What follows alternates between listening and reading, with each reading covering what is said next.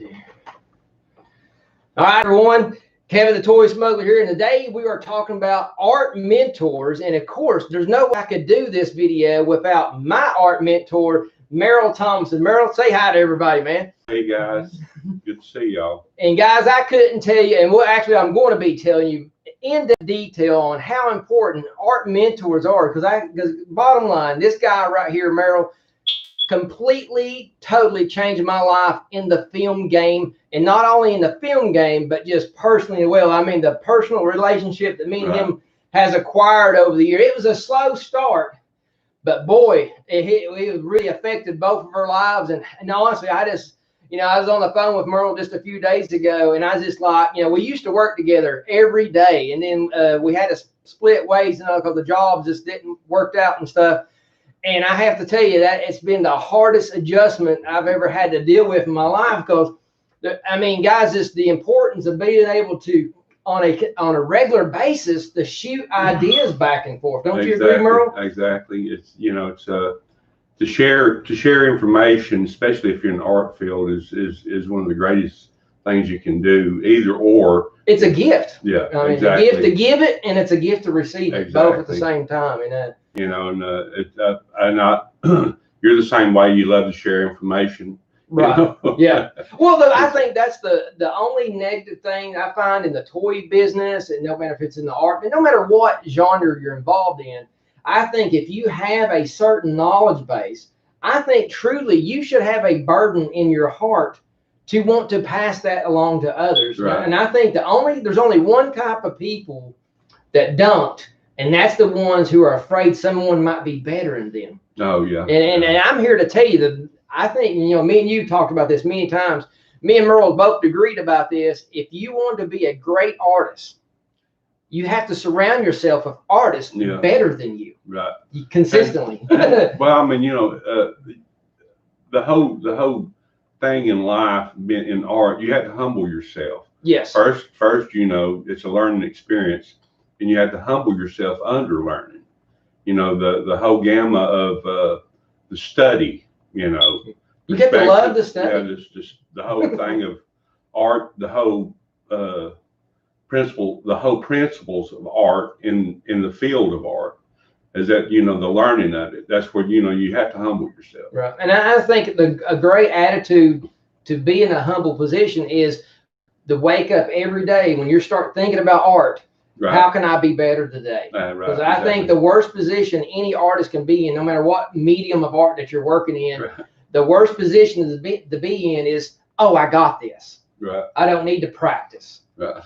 Oh, that's the boom. Your career's over with right then and there. If that's where your frame of mind is. Yeah. And I know me, guys, I like to be prepared. And I actually got a series of notes here, front and back. I actually got an amazing art student named Alexis. Young lady, 22, just turned 22 years old. She's in the anime and stuff. And one of the subjects that we just got to talking about on our last class was art mentorship, which we kind of watched a video off of ProCrow. It was actually called Your Art Parents, was another term for it. I know you've heard that. And Merle, one of the first things that I was trying to explain to her, here's my, I guess, definition of it, is it's the decision, and it's a decision to make, is to look to another artist for instruction or guidance. That's right. And to me, I think, and Merle, you tell me what you think, but I think there's two different channels of this. You got your art parent, art mentor, who's a live person, somebody you can call on the phone, come over, hang out together. But I also think the second part is those artists that are, unfortunately had done passed away, but yet their artwork's all over the internet and stuff like that. They too really is usually your starting point. That leads into the type of mentorship that you are looking toward to try to hopefully find. Right. Exactly. It's like it's a burning feeling to have that knowledge of that you want it so bad that it burns into you. Exactly. Right. Yeah. And that's that fire, man. You can't get enough of it. Right. And having that understanding of that height that is in art that you're trying to achieve. And it's just Woo, what a mountaintop, man. It's almost like the Mount Everest. It's exactly the thought of there's more times you think I'm never going to get there than you think you're going to get there. So, Merle, we already got a guest here, Keith Holmesley, one of the longtime supporters of my channel. Like I said, just a great person, great. Like I said, he's going to probably throw in some really interesting questions for us. Like or some, the most hilarious comments you ever hear of. Keith's always great about see here. Hey, brother. So, and it's so great about interacting here. Like I said, I love my fan. I got some of the best fans there is. And Merle, going into this, the negatives right off the bat, you got to think of the negatives not here first. Will really, when we go into the positives, will make it hit more of a home run, if you know what I mean. And then one of the first negatives I come through, that Rob Brown, Rob Brown, he was roughly my third mentor that I had four, and you've been the fourth one, and other than my mom, she's probably the one I've been around the most, is to help you train your eye to see the things that you need to see. You have it's like a flower. You start out like a flower. If it gets enough light on it, it starts opening up, and exactly, especially, and the eye's like that. It's like, although you have the iris in your eye, but this isn't a metaphor situation where that you start seeing things, like comprehending it. Yeah, comprehending and seeing things, and taking that into your balance, where you can look at things and see into them as an artist. Right. And kind of get that in layman's terms, guys. What we're talking about here is you can sit and look at a painting or a drawing and just fall in love with it. But most people who are not artists, you won't even exactly truly know why you even like it. And that's the difference where a mentor can come in. He will show you, here's why you are drawn to this piece of art.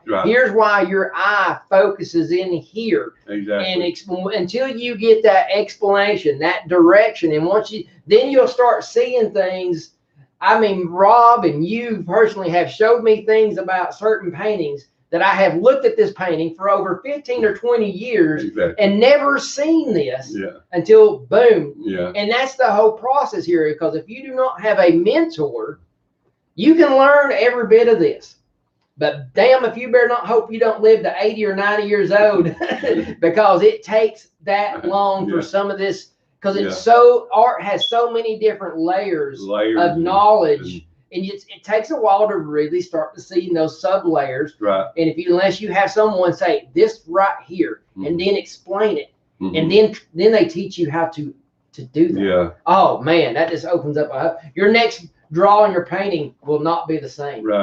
So and it's all about concepts and composition. And gestures. And learning concepts and composition.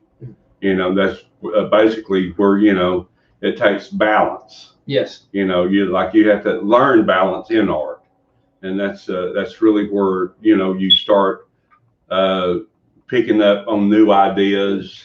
The one I just got done talking to my art student, her older teacher taught her just to feel the canvas all the way past to the edges, and I'm like, honey, I need to show you the power of negative space. And because if you put too much on a concept, it takes away from the story that you're trying to tell. You can do sometimes the less that you do is better. Well, the one thing that I try to inform her is you have to leave a little bit of openness for that viewer to fill in the gaps with their own story. To give them the like, if you have say you have a dark area and you start filling that dark area full of detail, well, boom, the term imagination is completely gone. There is no mystery. But if you put a hint of something in there, just one hint, but dull it down to where it's a second or third focal point. Now you're creating mystery. When they finally do notice it, when they come off of that first initial focus point, and then they see that, now they're drawn into it even more. Versus, I call people looking at certain paintings like tennis players. Their eyeballs are just Exactly. Oh, I love it. It's so beautiful. Oh, I love it. It's so beautiful. And but their head and eyeballs never stop. You're like, no, you're just laminated with color. Right. And unfortunately, there's a lot of artists that slap so much crap on the canvas and slap so much bold color. Yeah. All, we're human beings. Color and sound tend to drive our emotions. Right. Exactly. And yeah, that painting might strike a chord and get you excited. But you have no damn clue what you're excited about. Right. And little do you know, you're only excited about the color, which is usually a good piece of artwork. And you know this for well. If you put it in a grayscale tone. There's three things that can draw you. It's a composition. You can always have a really good composition that can light you up. Exactly. At black and white or any kind of color. Right. And then there's color. Color in itself has in the value of color. Right. Where like just putting the color down is not enough. If you look at the stars and the pictures of the stars, you're all drawn into it. You know what I'm saying? Right. Exactly. Like but the same way the concept of the concept and the concept and the composition.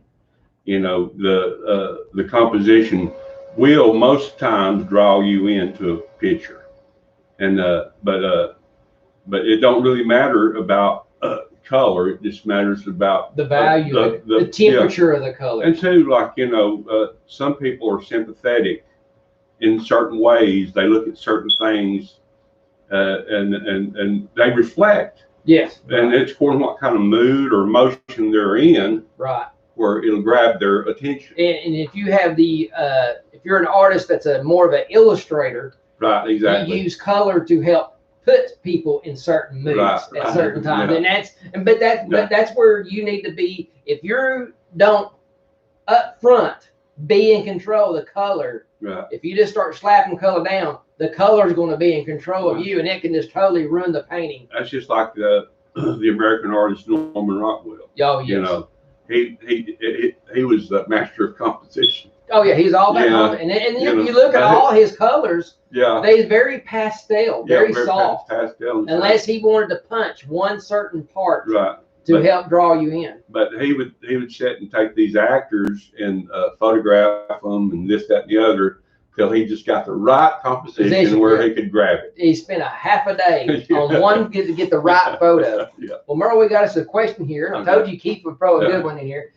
Keith got in here. He said, how do you get motivated when you look at a project ahead and you think this is going to take forever? Okay, he's talking about those big projects, and actually I got a huge one coming up. And the best way to do that, and it don't matter where you're doing film, a drawing, or a painting, is it's best not to rush into it if you have control of the time. Right. The longer, I have found, you probably know this too, the longer I sit and think about a project, the more I can start pre-thinking about problems that I know is going to come up. Right, exactly. And then, especially whether it's film or even a painting, I start making notes of the things that I definitely want to accomplish and the problems that can come, and already go ahead and start making lists of the solutions. That way, when you finally decide to jump into it, well, right there, that's called pre-production. Right, exactly. And pre-production, everybody automatically assumes that is a film term. But I'm here to tell you, it's just as much if you're doing a drawing or a painting or even a sculpture.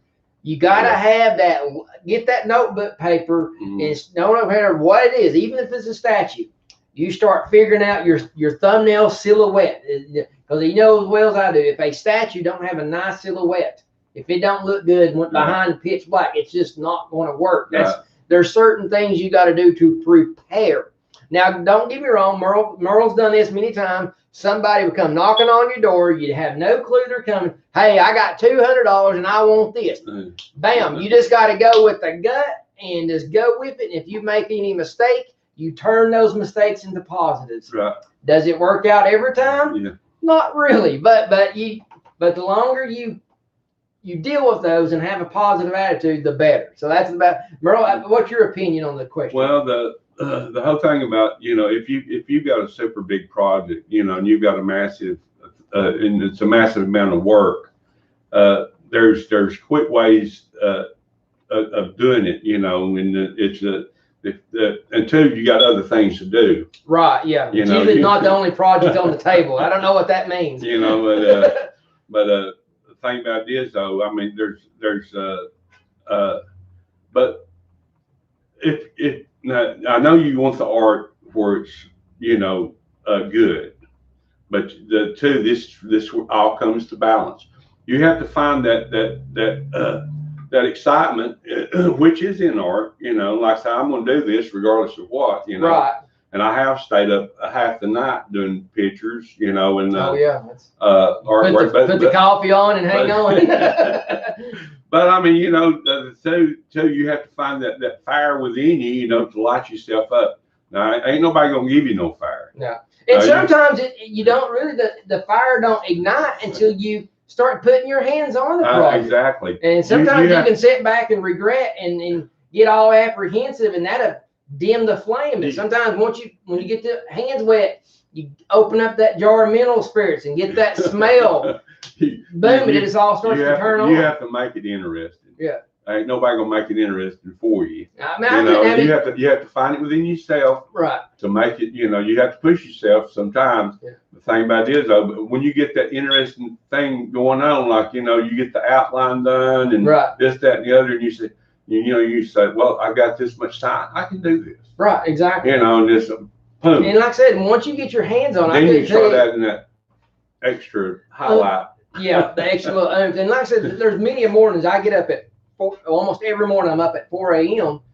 and sometimes by 4:10, I just boom, the coffee's done. I get that one sip and I sit down in that chair.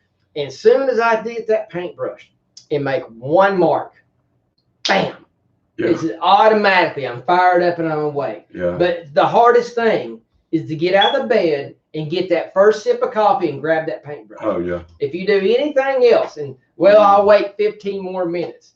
The longer you wait, the harder it is. You know, it's good too. It's good to have like your paint space and your little studio going on. If you can have one, right? You know, and sometimes you just have to grab it, put your easel up at the side of the table. Right. Yeah. I mean, we've all did that. I mean, how many times when we were younger, if we laid on our bellies in our bedrooms and done artwork? So, I mean, it's part. And the cool thing is here, I'm glad Keith mentioned that because that's actually number 3 on my thing here, so we actually can skip over motivation. That's perfect question. And the biggest thing I think, what we kind of touched base on it, is learning these quick. A mentor can help you learn quick techniques to achieve a certain style and or certain strokes or whatever. Yeah. And so these things are sometimes you can't look at a picture and automatically get how do they make that brush stroke. It's hard to do that as a young artist. Yeah, well, I mean, you know, you have to have your brushes, you know, and your brushes. You have certain artists, they like certain brushes, right? You know, and they got their special brush where they usually use a lot. Yeah, 3/4 of the painting, right? You know, and but they got their special brushes. But the thing about it is, I mean, you know. And it's always good. That my problem is that I always I think I'll buy that brush. That looks pretty good, but they don't hardly ever work out. No, I said the brushes. The crazy thing is, and you're probably the same way. Yeah. The brushes that I use the most are the ones my mom gave me back in the late 70s, and I still use them today. They look like crap, but they hold right. They got the right balance because they're not made out of cheap balsa wood. They're made out of real heavy, like oak or whatever, or a solid cedar. And I don't know. And I've just used them for so long. When I make that mark, I know what that brush is going to do. Yeah. And the newer brushes, they got these new kinds of synthetic hairs on them and stuff, and a lot of our older brushes are a lot of otter hair and and stuff like that, and it's hair versus fake hair, a whole different it's just technique how it does. So, and it's just like, you know, but you get to especially in art, artists have their special brushes, their special kind of pencils that they use, and I tell you, my most favorite brush is my thumb.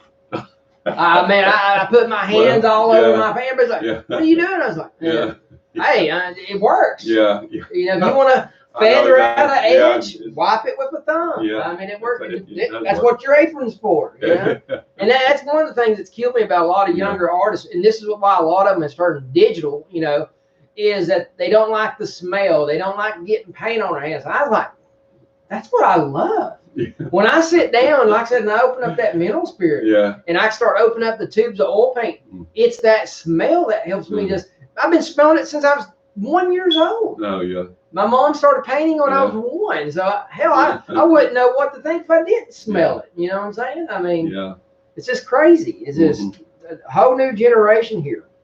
Merle, the next thing I want to mention for us to talk about is well, you already touched on this right off the bat, is art communication. Being able to talk to each other about tell us some of the things like when me and you used to be in the studio down at the carpet place, when me and Merle be airbrushing, and we're just constantly bouncing ideas off each other the whole time. Airbrush has got a whole different gamma of you know, it's a whole nother world of art. Oh yeah.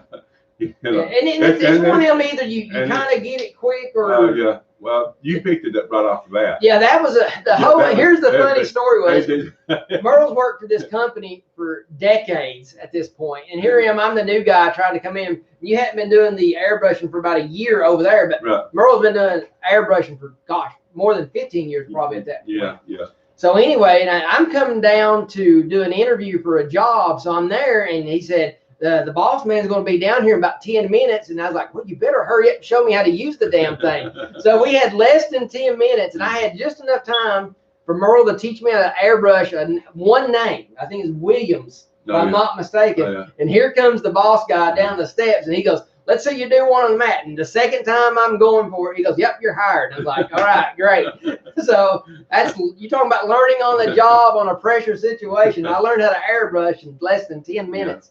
So well, I mean, and two, you know, like you've done some things in airbrush that she's the thing that it takes somebody a long time to learn. Oh yeah, we was doing portraits a month later. That was your art training, right? That you know you was following. Well, a lot of these principles in art and photography, it really transferred. They all blend together. It transferred right over and blend together, and you was able just to go in the airbrush and do airbrush. Right, you know? and what I found about the difference, the biggest difference about airbrush was the quickness. Oh yeah. Boy, how fast you can cover some territory, and really after that is just learning the dexterity of the trigger on keeping your line small or going fat, and that was between that and using a quill pen.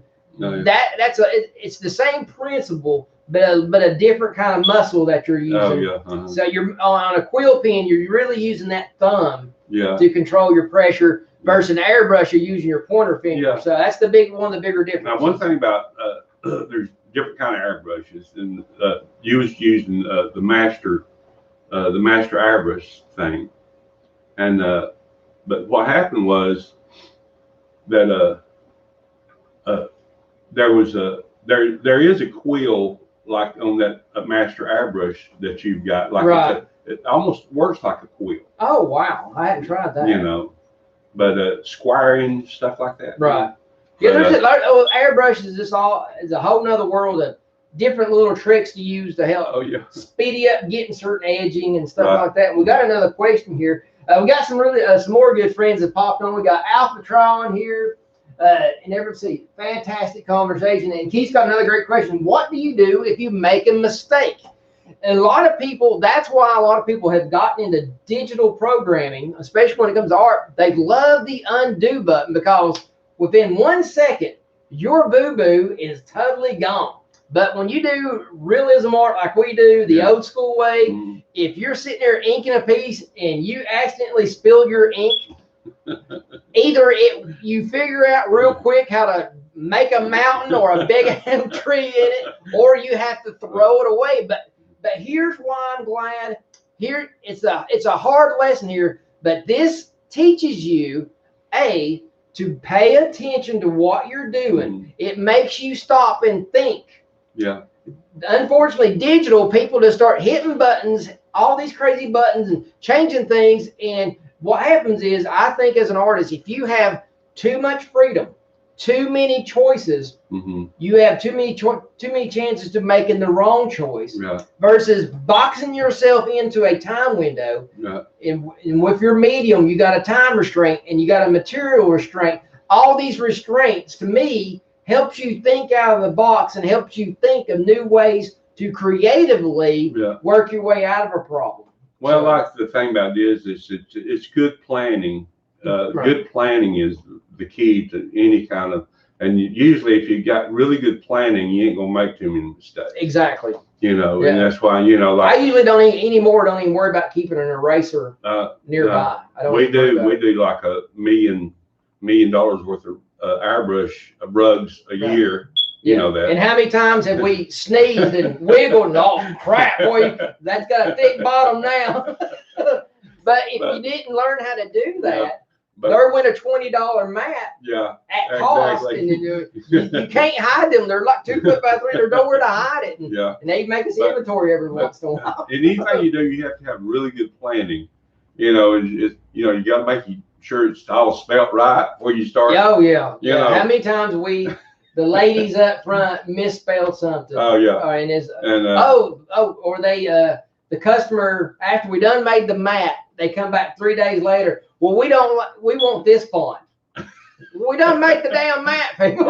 So we'd have to set it. Luckily, a few times that's happened. It's been a name like Williams or Johnson, so we just keep it. A month down the line, another Williams or Johnson will come up and we get to use it again. So we always had this one pile with about, a dozen mats in it that had Johnson and Williams or whatever. So we use them. Johnson. Oh my God, lots of Johnsons. Very common name. So, well, the next thing we got on our list here, Merle, let's see here, is one thing about a mentor is having an accountability. Oh yeah. Make sure, hey, I said I'm going to do this. Your buddy over here saying, well, what have you done so far? I want to check it out, and if you say, oh, I hadn't did it yet, your buddy needs to be sitting there.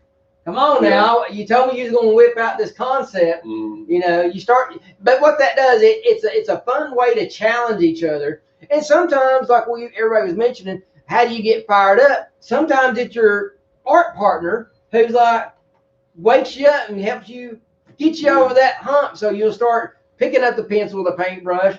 And sometimes that's all it takes is your buddy to get onto you a little bit and say, hey, where's your piece at? So you just get that brush on the canvas. And it takes time in anything you do to develop technique, and so forth and so on. That you build. The more you do, it becomes easier and easier. Exactly right. And and two, like you have to build it's like building a house. It's like building anything you do. You have to plan for what you do, and you have to set your goals for what you want. Right. Yeah. You got to have that direction. Yeah. And actually, I'm glad you said the very next thing on the thing is help. A mentor will help you. You can discuss, here's what I'm looking for. This is what I want out of my art life. Right. They can help you narrow and point you in the right direction to find your destiny. Right. And two, like if you've got a piece to do, and what you want to do is set your goals higher than you want. Then exactly. Set it beyond what you think you can do. Right, exactly. Because I'm glad you mentioned this, Merle, because I'm here to tell you folks, if my greatest, Merle know it, I put it on several of my books and stuff like that. I got this saying, you got to shoot for the stars. Right, exactly. So the worst thing that can happen is you'll land on the moon. If you only shoot for the moon, well, you already put a ceiling on what you can accomplish. Yeah. But if you set your goal so far to the point where it's unbelievable, oh dear gosh, you'll go so much farther and accomplish so many different things that you ever thought you ever would before. And I'm here to tell you, when you do that, a lot of the people that are around you will think you are crazy as hell. Yeah. But guess what? If you choose to be an artist, you're already crazy as hell. Okay, you got to be kind of crazy. You have to think like, you know, and that art's weird. It's a, you know, and you got to be weird with it. With it, exactly. You got to go with that flow. So, and I mean, you can't please everybody. No. And when you get in this and you start developing and growing into your art style and going in through these different art communities and stuff, you're going to realize that you're going to have these fans that just flock to you. And you don't get it why. But at the same time, you're going to rub people the wrong way. People going to be like, oh my gosh, you're weird. I don't understand you. Thank you. Go on. And you usually can't think of it. Stop and think. I ignore those people, but then I got my fans like Keith and Alphatron. I don't do anything to make them want to be here. I'm just here being myself, and these guys choose to come on here to support me, and that's just the greatest feeling that you can have. That's the way, you know, be yourself. Be yourself, and your fans will follow you. Bottom line, they'll just come to you, and they'll enjoy you. They'll get what you mean. They'll fall in love with your passion. And it don't matter. And see, these guys, it don't matter if I'm sitting here talking about Star Wars, He-Man, and here I'm sitting here talking about artwork. They're here. Now, which one should I focus on? Being thankful of the fans I got, or being upset because someone said, what makes you think you're an artist? Well, you know, the thing about it is, after a while, you are an artist. Exactly. I mean, you know, when you're an artist, and you know, and it takes work. And but you gotta love the practice. It all starts with that fire down below. And just like Merlin, you can probably agree with me. Most artists, true artists, you are born this way. I mean, it will hit you because here it is. Most kids around the 4 to 7 years old, there's a certain time there where most all kids will doodle. They will pick up the crayons, slap some paint around. But by about the age of 7, 90% of those kids will throw the crayons down and very rarely ever pick them back up. But it's us guys, we just get worse. We get obsessive and we just never stop. I mean, and I'm sure you was that way as a kid. And that's usually a good sign. If your child's 9 years old and they're just drawing excessively and you're constantly buying them markers because they're going through them like crazy, you may have a prodigy on your hand. You got something to work with, parents. And too, like, you know, it takes sometimes it takes you going down before you get back up. True. You know what I'm saying? But it takes that agony of things in life that brings that expression out in you. You know, where some of the best pieces of art I ever did, I was probably going through the most hell I was ever going through. And what it ends up being is you find yourself at a low point, nowhere to go. And what happens is our bodies are self-defensive. Exactly. And what that does as a self-defense mechanism, you subconsciously go into this inner world inside your subconscious, and you start releasing all those feelings through your artwork to deal with it and come out of it. And that's where usually something new and fresh happens. And too, like when I was younger, you know, and I was like, I was sort of by myself a lot, you know, and I stayed in my room, and that's all I did was paint, you know. And after a while, you know, I started achieving these higher planes. And you know, you have to push yourself. I mean, you got to push yourself. The worst time in art that I ever had was probably between when I was hitting my early 20s to my late 20s. Really, my 20s was probably my worst decade in art. And here was the reason why. I would do art really hard for 3 to 6 months and quit. For 3 to 6 months. Hit it hard again and quit. Hit it hard. And all I was doing, I would drop so low, but when I was working hard, I would only go so high. And I just boom, boom, boom, no growth. I would bebop in between this little happy zone of zero growth. And finally, I went through one of those deals in life where everything went all to hell.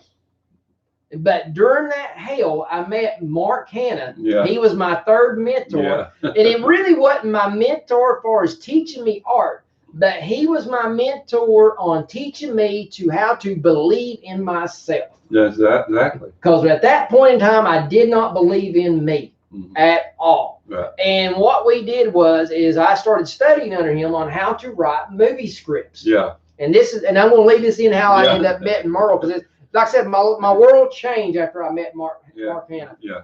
Because what he does, he was teaching me how to. So I would be writing on a script, and we'd meet once a month, and he would read it and tell me what I was doing right, what I was doing wrong. Yeah. About the second or third time on our meetings, I started bringing these drawings of I started drawing my actors. Right. And he just fell in love with it. And they was not good drawings. I'm here to tell you. They wasn't nothing that no one's ever going to see them. Maybe you, but nobody else is.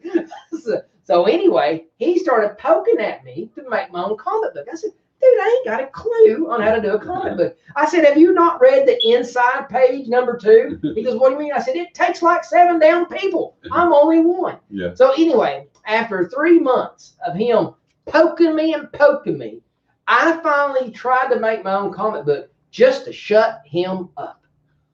That was the only, because I got tired of feeling unworthy, because he was sitting there saying, I got it. I got everything it takes. And I'm like, no, I don't. So anyway, but here's the thing.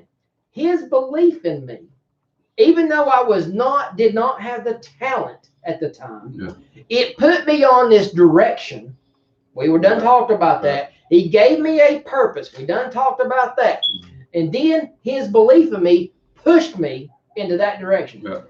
9 comic books later, 6 or 7 little short videos later, boom, I think on the 6th or 7th one, I meet Merle here. We had a friend in common. Merle comes on board the project, does the monster makes up and stuff. Yeah. Then we didn't see each other for a couple, 2 or 3 years, and we ran into each other again. Then when we came together, I had this story. At this time, after doing all those little videos, all the comments, I had a solid story. Yeah. But I did not understand computers, cameras on how to do video, the editing. I always had to outsource that. And these guys, I only could get 2 or 3 minutes out of them. Anything after that, I had to pay them. But Merle came in. Merle didn't know my story.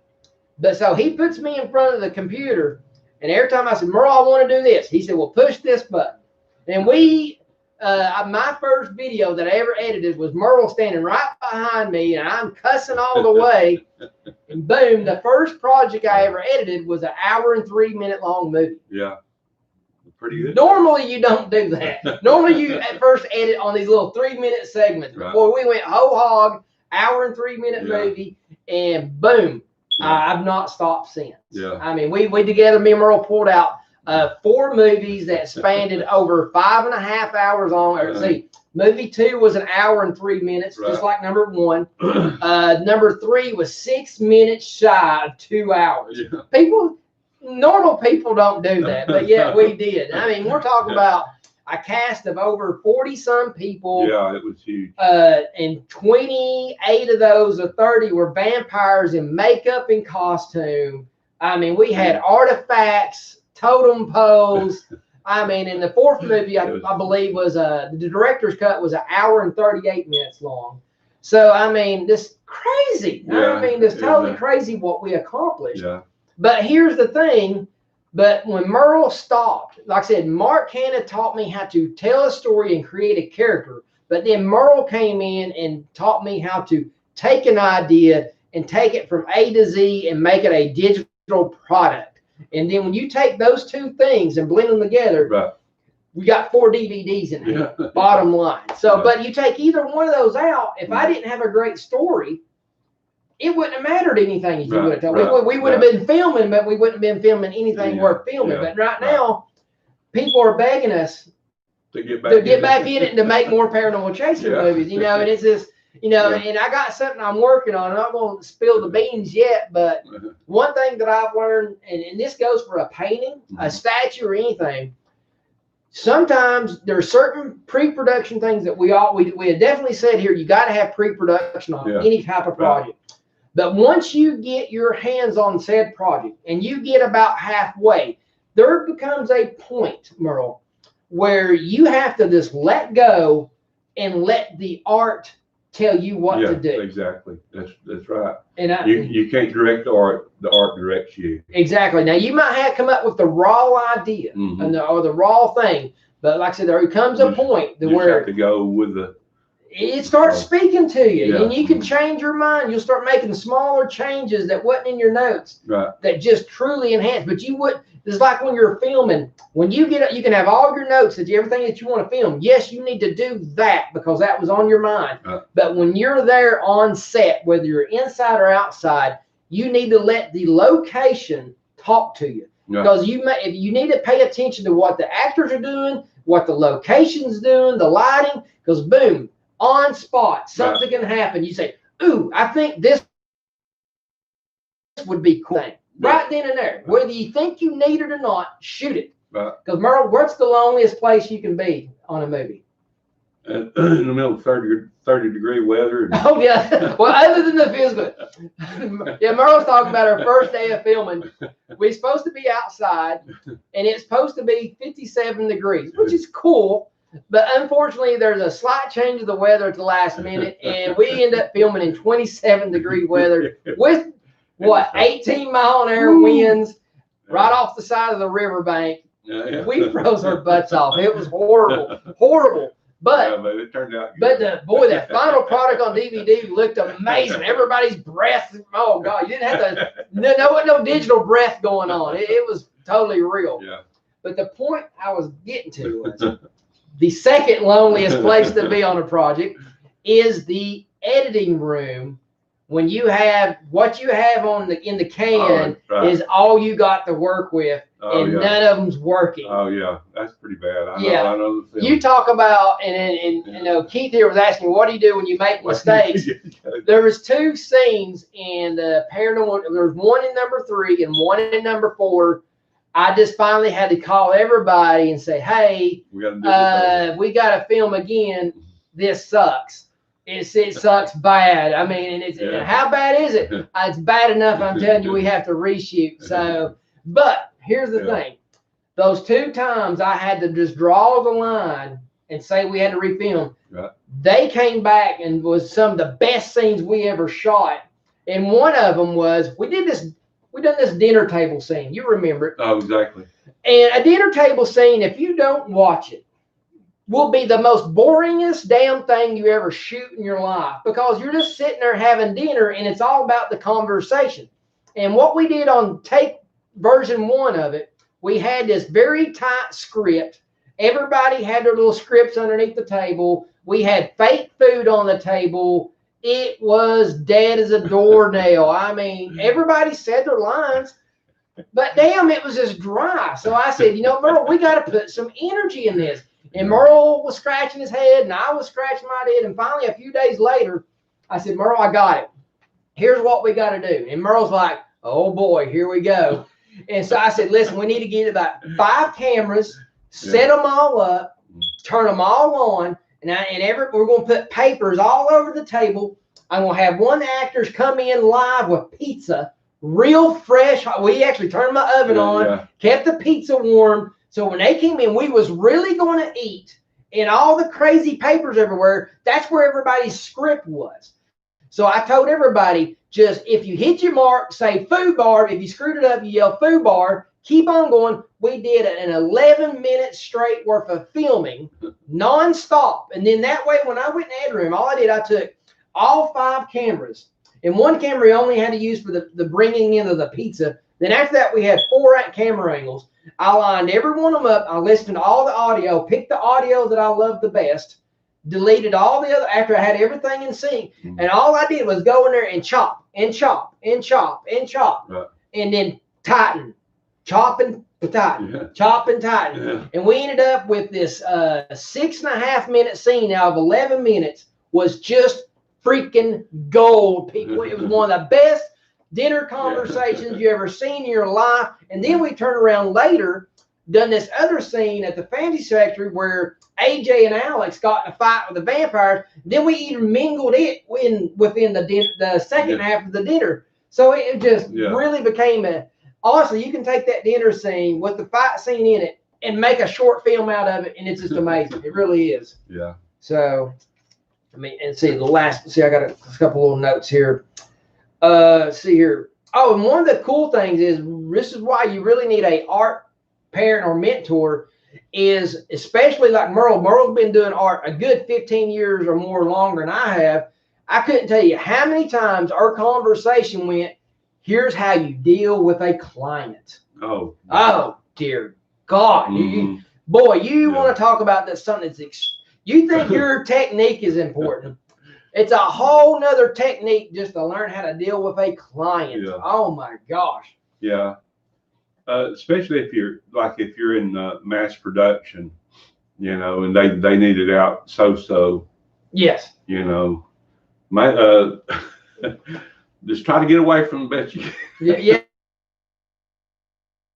Two kinds of clients. You got the one dream client, and what us artists call a dream client is when they see your body of work, and your body of work is a reflection of what they want, and they see that camaraderie going on here, and then they say, here's what I want, and then they turn you loose and leave you the heck alone so you can do that. Right. Well, let's change the backgrounds here. This is a piece that Merle done here. I don't know if you guys can see this. Just an amazing piece of artwork here. We had a show, actually, and I'm going to finish this here. We did a show called Things That Go Bump in the Night. This is one of Merle's feature pieces here. And I was like, man, this right here needs to be a cover of a movie poster or a comic book. And bottom line, it reads steampunk, it reads horror. It's just amazing on what it does. The amount of detail here. And Merle, roughly, if you can remember here, can you remember how long you spent on this? I'm guessing pushing 20 hours. Probably. Yeah, I probably spent a good 20 hours on it. Just amazing detail. But it's done in Prismacolor and airbrush, right. And very. If you guys are a fan of Drew Struzan work, this is very reminiscent of a Drew Struzan style here. Yeah, but it's just it's a mixed media, and but yeah, it's just it's a layered deal too. You know, like it's layered. But what I love here is how you took one color, the green. Yeah. And really went to the depths of it, the darks, and really went to the high brights of it, and really, stayed in one tone here. Oh yeah. And it almost has a sepia feel, but yet with the color green. Exactly. So it's great saturation on this piece. Yeah, it's taking that color, that whole color gamma of that one color, and just working with it. It almost reminds me of the guys of the movie poster for the Green Mile. It had that green saturation all the way through it and stuff. Well, let's go ahead. Let's switch this one up here. And what I'm getting to the point here, guys, is you want that. It's great when the client lets you go and lets you do your thing. Because here's my opinion, Merle. Because if they love your style of art, whether how you're, because we tend to stick in our kind of mediums and feeling of our artwork on how we do things. Yeah. And I think one thing that a client needs to really pay attention, what's I think responsible on their end, is make sure you pick the right artist that's already doing the type of work that you want. You don't want someone who does Winnie the Pooh artwork and you want them to do a Freddy versus Jason poster.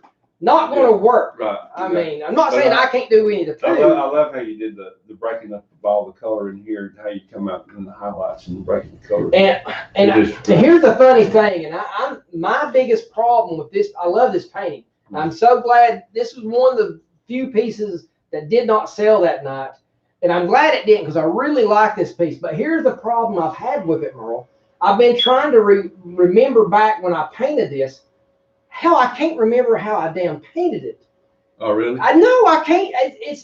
I painted this in, I think, 3 hours and 45 minutes. Right. Exactly. And I did it so fast. And I remember when I was working on this piece right here, Penny coming in the door. I had it laying in my floor in my art room. And I remember painting on it. And I caught myself, I wasn't even looking at the damn thing. Oh, really? And I was like, what the hell am I doing? I was like, stop talking to me. Because I'm sitting here with a rough sea sponge painting all this. And I wasn't even looking at it. And I was like, oh my God. And all the background, I actually did it left-handed because I have a problem with when I'm painting right-handed. I want to be too detailed. Oh, yeah. So when I paint, usually the first half of a painting, I paint left-handed now, just to make sure that I stay loose. So, and then sometimes I go back. I usually have a paintbrush in each hand. I'm doing two things at once. Yeah. So now the only thing that I do remember is stopping and doing this eye. And I remember spending probably 20 minutes on just this eyeball right here. Yeah. But the rest of it I try to do as fast and as loose as possible. Well, it's real tight in here, and you can see the rest of it's pretty. Starting to, it gives you a focal point, and then it starts getting blurry. Yeah. And then, and like I said, I'm glad I didn't sell this one because this one I'm wanting to get a really nice frame, but I am wanting to do a print series on this. Oh yeah. Now, part 2 to this phase, the client that you don't want is the client that wants to sit there and demand constant changes. They're trying to tell you how to be an artist and how to do your artwork. And I'm here to tell you, if you are an art buyer, if you're having to tell your artist what to do, when to do it, I'm here to tell you hired the wrong artist. Bottom line, make sure, and here's your responsibility as an artist. Step 1, don't be desperate for anybody's money. There's people out there too that are just like Kevin said. They're just really, really, really picky. Yeah. You know, they have no clue what it takes. That's the kind of people you want to sort of steer away from because learn to say no. If someone comes up, you can't deal with certain people. No, some people just. No matter how much you try to explain to them the process, bottom line, you shouldn't have to explain the buyer the process. Right. You just, you tell me what you want, show me some examples of the style, then leave me alone. Right. I'll bring it home to you. Right. And bottom line, that's how it should be. That you need to give the artist the freedom. You seen their work. You fell in love with it. Hence, you want to give them money. Right. Leave them alone so they can do their job. Right, all you're going to do is stifle that. And I can tell you an example here. I had this one lady I was doing a book cover for. And oh my God, she gave me a list of 31 different items that she wants on the movie. I was like, ma'am, I said, how big is the print? Are you going to the book? Oh, it's going to be a 5x7. That's like, no. I said, ma'am, I said, hey, to put all these items on there, the 31 items that you got listed here, I'm going to have to make a 4 foot by 6 foot painting. Will it be amazing? Yes. Number 2, you're not going to be able to afford me to paint a 4 by 6 foot painting. I said, but here's the problem. I'm going to have to shrink that down to a 5x7. Gone. All those details are gone. And I could not over the phone get her to understand it. So what I did, I asked her before I hung up with her, what are some of your favorite movie posters? And she gave me like 2 or 3 examples. So I went on the internet and found those movie posters, which standard 2 foot by 3 foot. So I actually had one printed off at the print shop, 2 foot by 3 foot. Then I told them to shrink it down, print me a 5x7.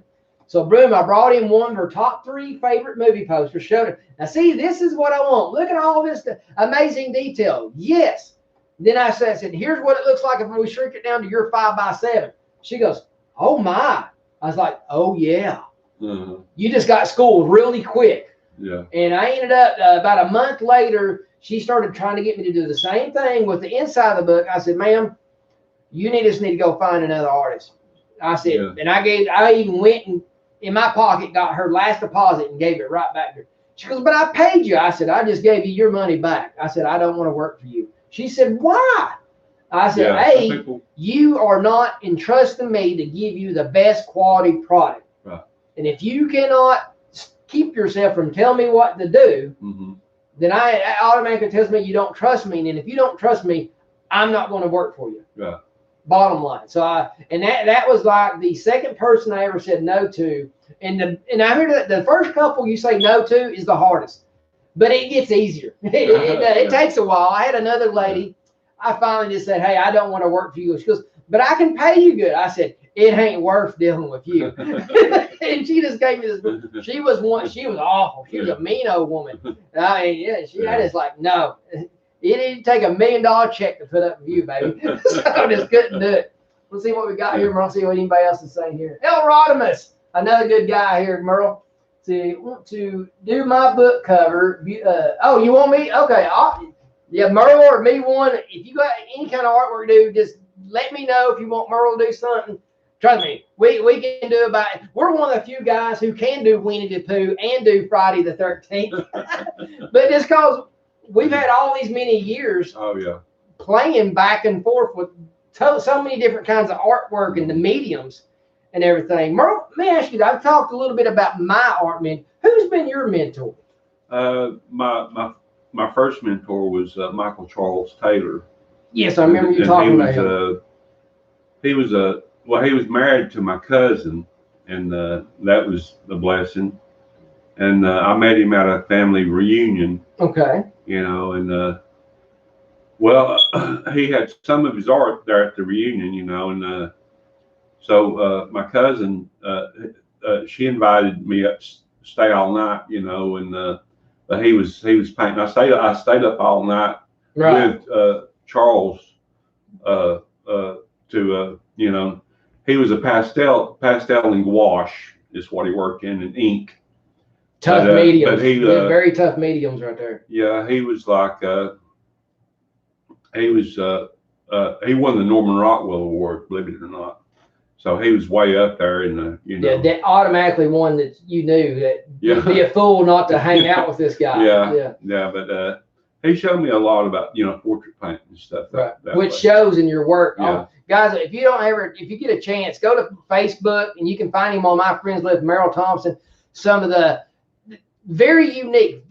Merle's one that can take a portrait and go totally weird with it, or he can go totally normal, and it's either way. It's just such amazing artwork. You definitely got to go check Merle's page out. I like weird better, guys. Yeah, weird better. Hey, we all have our. You know, I can do horror artwork, but you know what? I love it. But I love sci-fi. Oh yeah. Sci-fi fantasy is probably my favorite. Oh yeah. But everybody loves my Bob Ross style paintings. Oh yeah. Yeah. I like Bob Ross. I do too. I mean, so you know, I mean, but to me, when I get stifled in coming up with ideas in the fantasy, I go back to Bob Ross for great fundamentals. Oh yeah. And then that usually just fires me in to go back to the fantasy. You know what I'm saying? So that's why me and Merle we go from. Me and Merle does a lot of statue work together. His mom is a Bob Ross. Oh, fan. She's a fanatic on Bob Ross. But she's very, very good at what she does. Yes, she is. Yes, she is. Like I said, when she started teaching me the Bob Ross style roughly when I was 3 years old. So 3 years old all the way up to I was the age 18. You know, my mom taught classes at the YMCA, and then she picked the best students out there, and we got our home studio. So here I am. From roughly middle school all the way through high school, when I got out of my bedroom, I had to walk through what used to be our dining room, which was a massive, one of them big, huge family rooms. That was the whole entire art room. So every day I walked through this art room, smelling mineral spirits and oil paint. That's why, heck, if you walk by, if you didn't watch it, you'll be covered in oil paint by the time you get to the kitchen, you know. But what an amazing way to grow up. Yeah, I know, but your mom was extremely, I'm going to say this, extremely good cook. Oh gosh! Oh my gosh! Yeah. She's an artist at cooking for sure. I'm telling you, his mom is just. I mean, she could open a restaurant right here. Oh gosh, yeah. It was she. Turned up. Well, her and her whole family. Before I was born, they all owned restaurants down in Oneida, Tennessee. It looked like a Sonic, but with home cooked food. Oh. So I mean, so you could go pull into a drive-in, just look like a Sonic, but get biscuit and gravy. I mean, homemade biscuit and gravy, fried chicken, roasted chicken. Oh my God, it was hamburger steak. Oh, you can't get that at Sonic. No, I'm here to tell you. So I mean, it was a gold mine. I was sad when all that went away, man. But I tell you what, but there again, which this led into me being an artist, which Mom took all that hard work and ethic that she learned for the restaurant, and they owned a bank, they owned a barbershop, they owned car washes. Oh, it's just stupid. They own half that crazy town. But then she took that same attitude, that same work ethic, and turned it into an art career, which I grew up right there watching her do it. So, right. I mean, I don't know any better, but then when I pick up a brush or put my hands on clay, 200%. Yeah. Whether it ends up like crap or what, I still give it 200%. Yeah. And by keeping, I think the last 15 years, it's really back in 2004 when I met Mark Hanna. That's when I took that art, that whole work ethic that I seen Mom do. Mark Hanna was the one that really made it click. When that one person decided to believe in me, then that led me into meeting Rob Brown, someone else who didn't have to believe in me. Then I met you a few years later, someone who didn't have to hang around me, chose to hang around me, and that's when it just. Now Rob Brown, he's amazing. Oh, too. oh God, yeah. Rod's another one, guys, on Facebook. Robbie Brown. Oh my. Comic art and his portraits. Oh my God. Oh, he can. Oh my God, it's just but he uses acrylic. Yeah. Well, I'd say this is acrylic. Yeah. By the way, I hate using acrylic. Yeah. I don't mind it on the underpainting. Yeah. But when on the painting all the way through, and because I don't like it because it dries fast. Yeah. Rob Brown paints with acrylic with a hair dryer.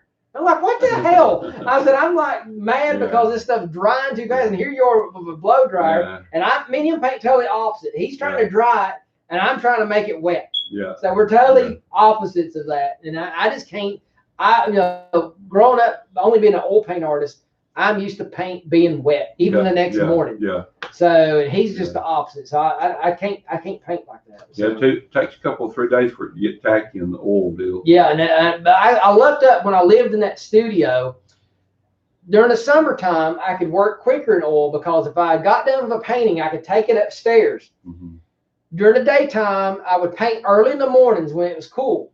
Then I'd get done, take my painting upstairs. It'd get 120 degrees up there. Oh, yeah. So by that evening, it done tacked up. So I like slow baking these things. So I go up there and set it in front of a window, and it'd be 115. So right there through that window, it's probably 120 degrees on some days. So that evening, after it got cool, I'd bring it back down to my studio where the air conditioning was. I let it sit in that colder room for like an hour before I would start painting. Give it time to, because you don't want to paint on a hot canvas. Right. So I let the canvas cool off for about a good hour, but just so I can I can go with a transparent slayer right over that. So and everything. But let me double check here, make sure. Talk about. All right, well, the last thing here that we want to, because we've been going here over an hour, so we got any more questions here. See, Kevin, what is your preference? Mayo or banana sandwich or peanut butter? Peanut butter with banana is my. Yeah, that's my deal. Yeah, but I would add a touch of honey on top of that too. Yeah, actually, that was my breakfast minus the banana, only because I didn't have one. Yeah. See, I tell you, he would always come up with some crazy question. Love it. Love you, Keith, man. Awesome.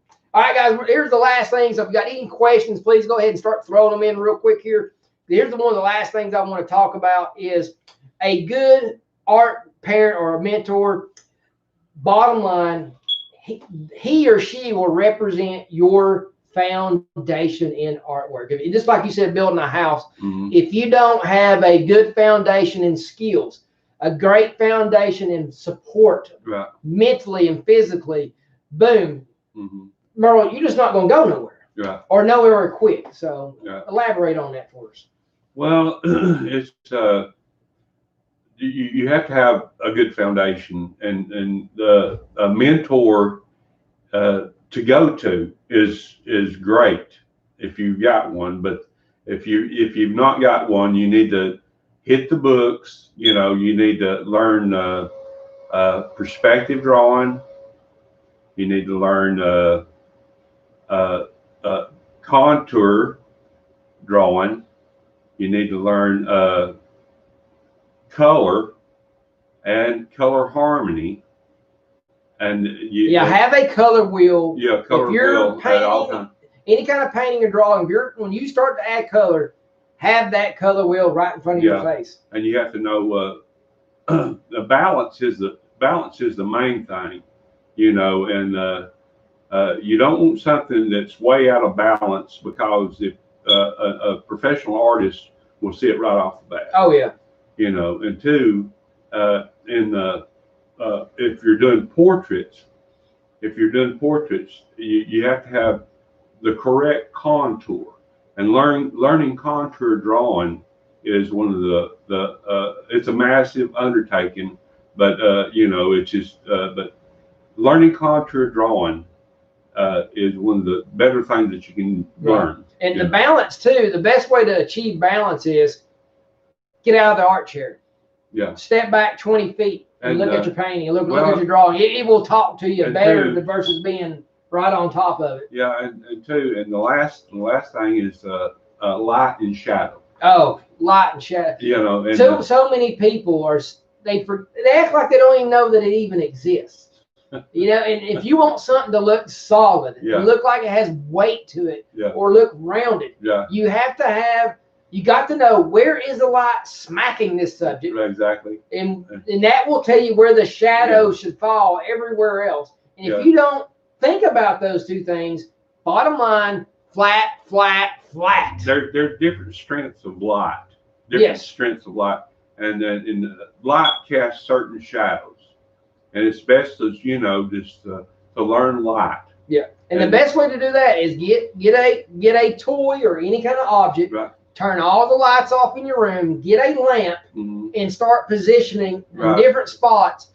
Boom. That way you're not having any distractions. Like if you're not really in photography, if you got a phone, you can do that with your phone. Right. Yeah. Do that with your phone and just learn lighting with your phone. Yes. Just like Kevin said. Yeah. It's just like get it in the dark and turn different sources of light on it and see what it does. Yeah, I seen one artist. He was drawing. It's supposed to be a night scene, and it's supposed to be like downtown in downtown in an old part of town, but you could see every freaking detail. And I'm like, I thought this was supposed to be at nighttime, and he said, it is. It's like 2 o'clock in the morning, and I'm looking at it. And I said, well, if it's too dark in the morning, how come I see what's going on in this dark alley? How come I see this? Yeah.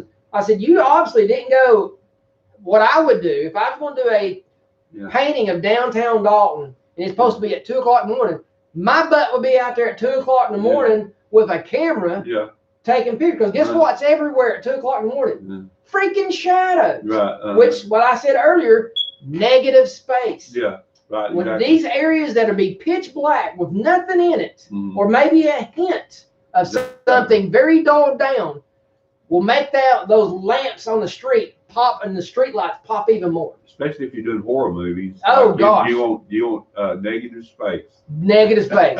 and some of the best things we shot in Paranormal Chasers was we would turn off every light that we thought we just didn't need. Then we started turning on lights that we know we wanted, and then we went up from there, and we would turn them on and say, see how that looked for the viewer. Right. And if it didn't, and that's how we played off. So we started off with nothing and slowly built the lights up, added color lights, red bulbs, blue bulbs, yellow bulbs are so much better than plain white. Yeah, color is everything in video and film. Yeah. You know, lighting.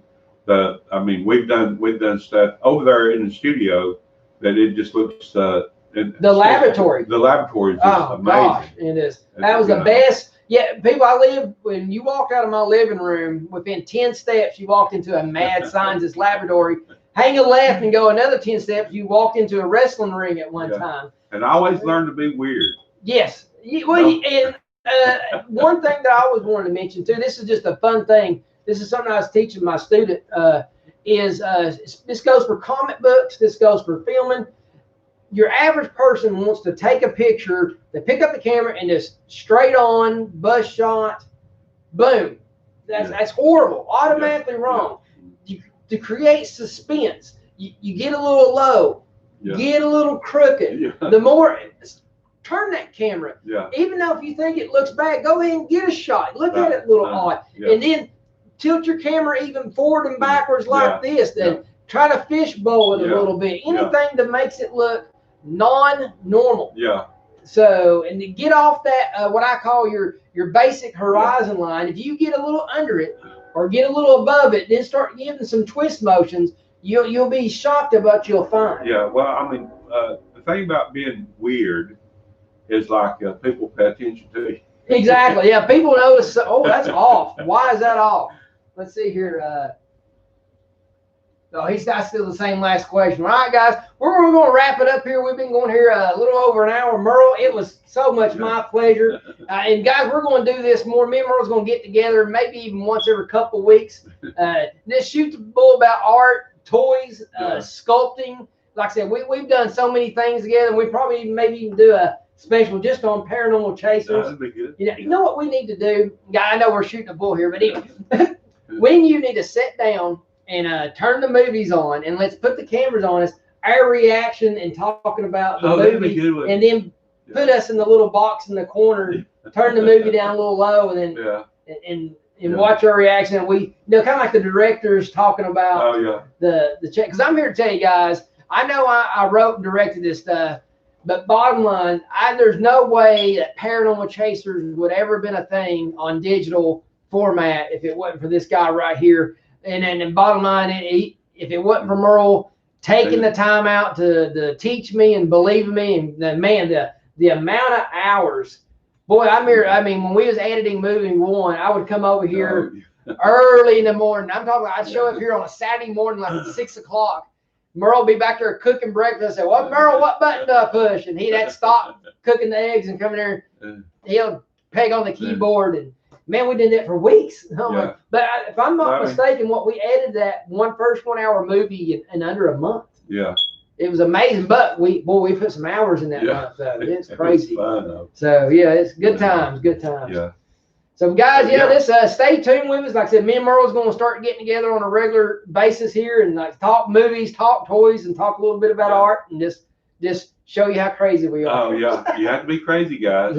Thumbs up to this guy right here. Oh no, right here, no, right here. All right, guys, just stay tuned. Me and Merle will, like I said, more stuff to come. Like I said, we're just here to be ourselves, and like I said, have a blast. Yeah. See you guys.